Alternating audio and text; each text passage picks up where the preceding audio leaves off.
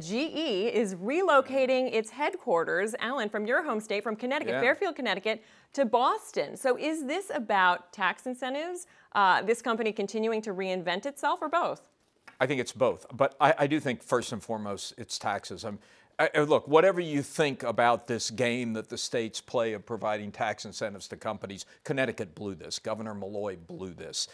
They didn't give GE enough. The Jeff Immelt was talking about this for years. They don't want to leave Connecticut. They all have houses on the water in Westport and Fairfield, and they love it there. They don't want to leave. Point. But the governor had increased taxes twice over the last 5 years, and we have this populist strain in the Democratic Party, and Governor Malloy was feeling those oats, and he took a tough line. I mean, the worst story is that they went in there one time with a deck that had a picture of a Pratt & Whitney factory on the front, which is not the way you win over GE. So I think he blew it badly. Well, now Boston offers a lot. It has a rich academic community. It has our own Dan Primack, of course. It has a big VC community. But I also think this is part of a bigger shift where companies are fleeing their sort of fortress-like suburban headquarters and moving to cities because millennials want to work there. I mean, it's disruptive for the existing employees, but getting new blood, cities are where it's at. Many major corporations are doing this.